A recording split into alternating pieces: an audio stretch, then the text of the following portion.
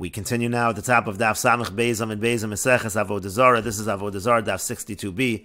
On the previous Amud, the Gemara was discussing a brisa which said that if donkey drivers are doing melacha, they're doing work with peiros shvius, with produce of shmita, so then their wages are considered to be shvius. They're considered to have the kedusha shvius. And the Gemara was clarifying what exactly is the brisa discussing, what kind of wages.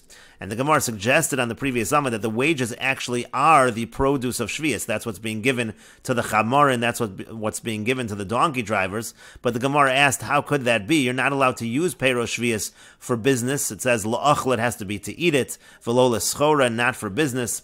And so the Gemara says that there actually is a way that you can use it to pay the wages of these donkey drivers, and it's not a problem of li'achla v'lo l'schora. And the Gemara is in the middle of bringing a Mishnah in Meseches Meiser Sheni, which talks about how we can work around that problem. The Mishnah in Meiser Sheni says that if a person says haleli peiros halalu liYerushalayim, bring up for me these peiros of Meiser Sheni to Yerushalayim, lechalik, and you're going to take a portion of those peiros. Rashi explains lechalik shetitol sham chelek bohem, you'll take a portion of those there. That already is a problematic. The asur lifroa chovo mi Meiser Sheni, you can't pay a debt with Meiser Sheni. V'afagav shagam ze ochla b'Yerushalayim, even though this individual is eating these peiros in Yerushalayim, that's a problem if you formulate it in that way. Aval omer lo, but if he says to him halim la'ochlam v'lishtosam b'Yerushalayim, take them up to eat them and drink them in Yerushalayim, v'nosnin zeh lo zeh matana shel chinam, and each one gives the other a gift. So if it's being done as a gift, then it actually is permitted, and that's what's happening in the brisa as well. The peiros shvius, they're really being given as a gift. It's not specified, it's not formulated that they're being given as wages, and therefore it's not a problem. But again, the brisa is saying that they do have the kedusha shvius. And the Gemara continues with another answer. V'Rava Amar, and Rava says, Liolam dekadosh b'kedusha shvius. Really, we're talking about the simple wages of the donkey driver, and they actually do have the kedusha shvius. That kedusha shvius transfers to the wages. Udukakash alach, and that which you asked on the previous Amud, Poel, you asked from a general worker by shvius, that we don't say that the wages have the kedusha shvius. Poel de lo nafish agre, when it comes to a worker where the wages are not so much, there isn't so much money involved, lo kansu rabbanan, there the rabbanan do not impose the fine, and this is the fine that was mentioned on the previous Amud by Rabbi Yochanan. He said there was a fine imposed by the chamorin. Chamorin de nafish igraya, when it comes to the donkey drivers who are paid a lot, so kansu rabbanan behu, so there the rabbanan, they impose the fine. And the Gemara says, according to Rava's answer, so what are we going to say by yayin nesach? The whole reason we're discussing this is because the Mishnah said by yayin nesach that the wages are prohibited, and again Rabbi Yochanan said that also was a case where there is a fine. And the Gemara explains Zumas Nisan, when it comes to our Mishnah, chumra diyayin nesach shani, there we are more strict when it comes to yayin nesach, and so therefore that's different. That's why over there also we say that the wages are prohibited.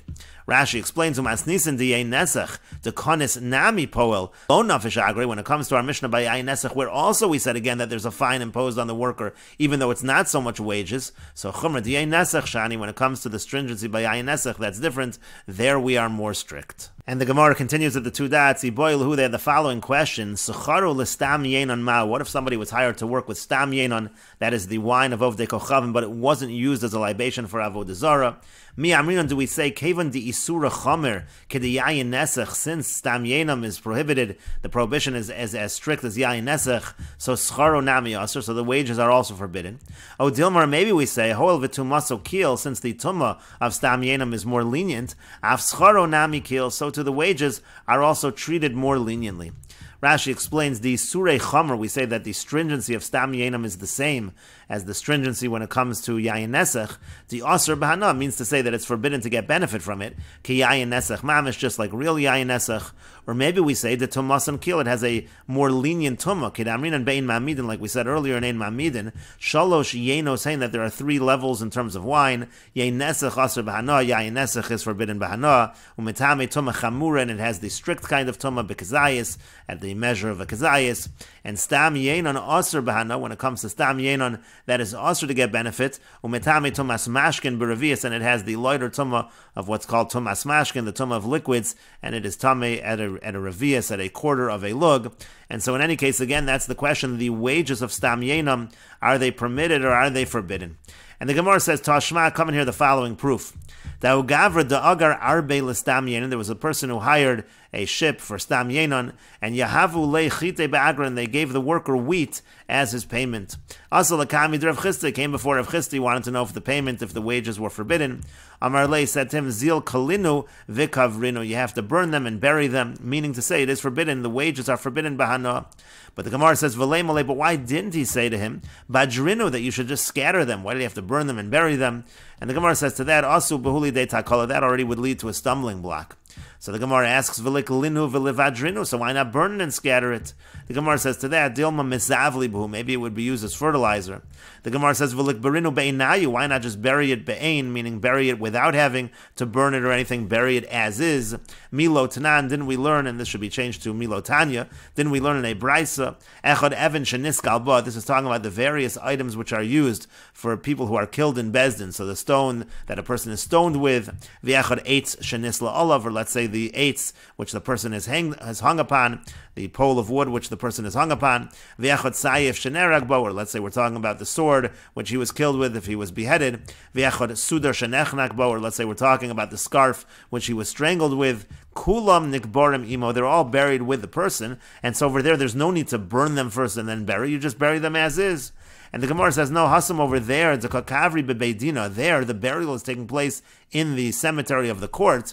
Mukha milsa de haruge bezdin. So it's clear that all of this is related to haruge bezdin, the person was killed in Bezdin. But the Gemara says, hacha over here, lo mukha milsa, it's not clear, because amor inish gana vaisi kavra hacha, because the person might find it and say that the person stole it, and he buried it over here, that's why it's buried here. He might not realize that this is prohibited to get benefit from, and therefore a person might come to use it if it's not burned first before it's buried. And Rashi explains, Bei Kivri is Beis HaKvaros, Bei Kivri is a cemetery. Rashi has the gears here of Vikavrinhu, Bei Kivri, you should bury them, meaning you should bury the burned wheat in a cemetery. Livajrinu, so why not just scatter them? Yefazrim Kemoshem, just scatter them as is. Lamali Lasar, from what do you have to burn them for? Asubu Inchili De Takala, that might cause a stumbling block. The Hadriu Malaktilahu, they'll go and collect it. Vilikvarinu Hachi Beinai, why not just bury it as is? And the Gemara brought a Braisa Kula Nikvar and Imo, talking about all the various items which are buried together with a person who was put to get to death by the court. Techsiv, as it's written, Lo Salam Nivloso Alo Eitz, Ki Cover Tikborenu Afo Eitz B'mashma. You have to bury even the eitz, even the wood. V'achi Amrinu B'Perek Nigmar Hadin, Eitz Shomeani Bein Talosh Bein Mechuber, Talmud Lomar Ki Kavor Sikborenu, Misha Eino Mechusar Ela Kavura, Yatza Zesh Mechusar Kavura Talisha. It says over there that when you bury the eitz, it has to specifically be an eitz that's detached from the ground. Alma eitz gufe isure hana. The point is, you see from here that the wood itself is asur bahana, v'kavri le be'ene, and they buried as is. V'lo chashin l'takala, they're not concerned for a stumbling block. And the Gemara answers, Shani Hasam Kavan to Kavri Bebeidina, it's different when it's buried in the cemetery of the court. Bebeis Hakvars Hamisukanim Bebezdin, that's again set up by the court. Mukha Milsa L'chol Man de Mishkach Lu Hasam Yada to Meharuge Bezin Have Pirish. Everybody who finds it is going to know that it's from the Haruge Bezin, and they will separate from it. And the Gemara continues, Devei Rabbi Yanai, the school of Rabbi Yanai, Yazvi Peirei Shvias Me'anim, they borrowed fruits of Shvias from Aniyim, uparu luhu b'shminis, and then they paid them back in Shminis in the 8th year. Rashi explains, Yozvi Perei Shvias Kodem Zman Habir. This is before the time of the destruction where you have to destroy the Perei Shvias. Uparu luhu b'shminis, they paid them back in the 8th year. Eshtakach de'ochli aniyim b'shminis achar habir chalive Perei Shvias. Now it came out that the poor, they ended up consuming in the 8th year, after the time of Bior, what was exchanged for the Peiro Shvias. So the question is whether this is permissible or not. So Asu Amru Leila Reb Yochanan, so they came and they told Reb Yochanan what happened, again, that they had borrowed these Peiro Shvias from Aniyim and then paid them back in the 8th year. Is that okay or not? Amar Louis said to them, Yos Hein Avdin, what they did is correct. Uchenegdon be'esnan mutter, and if you had a corresponding case, by a case of esnan, a case of esnan is a payment that's made to a prostitute, which generally cannot be used as an offering, it cannot be used as a carbon, but if you did it in this fashion, it actually would be mutter. Rashi explains, Yos Hein Avdin, what they did was appropriate, Kevan dahi shaita lo hava hanach be'ein, since at that moment, that original fruit, it was no longer in front of us. V'lo echlufe hani bahani, this was not a direct exchange. By the time they paid back, the other fruit was already gone. So lav chalipin, that's not considered an exchange. V'lo chayla kedusha shvias alayu, and so therefore, on the payment that was made in the 8th year, the kedusha shvias is not chal on that. Uchenegdo be'esnan, and if you'd have a corresponding case by the payment to a prostitute, meaning ba'aleh, let's say you have a situation where he has relations with a prostitute, v'achar kach nosan lo esnena, and then after some time he gives her the payments, mutter lahakravi, you're allowed to bring that as an offering. The kavan de lav v'shas bio yahav nehila, since it wasn't given at the time of the act of relations, ki hadar yoav lo, when he later gives it to her, hahu teleh, when he gives that sheep later on, matana bialmu, it just has the status of a gift, and that's the same. That same is true with what they paid in the 8th year. And the Gemara continues, the Tanya, as we learned in a Braisa, Nasan Lo, if he paid the prostitute v'lo ba'aleh, but he didn't have intercourse with her, or ba'aleh v'lo Nasan Lo, let's say he had intercourse with her, but he didn't pay her, esnena mutter. In these cases, the payment is going to be permitted. The Gemara asks on this Braisa, Nasan Lo v'lo ba'aleh, 1 second, if he paid her, but there was no act of relations, so pshita, it's obvious, kaven de lo ba'aleh, if there was no act of relations, matana bi'al mahu de lo, he's just giving her a gift, so of course it's going to be mutter. V'suin further, ba'aleh v'lo Nasan Lo, what about the case where he has relations with her, but he doesn't give her any payment? Halo yoivla, but he didn't give her halo yoivla v'lo midi. He gave her nothing. V'keven de lo nasan la. If he gave her nothing, maya esnena mutter. What does it even mean in the brisa when it says that the esnena, that the payment is mutter? So what exactly does this brisa mean? So ella, rather, what do you have to say? Hachi kamar. This is what the brisa means.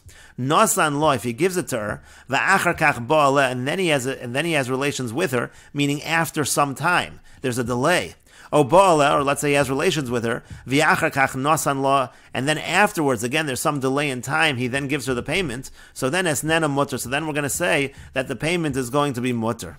Rashi explains, El hachi kamar, nasan lo v'lo ba'aleh achshav, the case must be in the brisa, he pays her and he doesn't have relations with her now. El la'achar zman, but it's after some time. O ba'aleh, or he has relations with her, v'lo nasan lo achshav el la'achar zman, again, he doesn't give her payment now, he gives it later on. That has to be the cases in the brisa, and so then you see the same idea, that just like in the case where they're paid in the shminis in the 8th year, where it's delayed, we're going to say that is going to be mutter.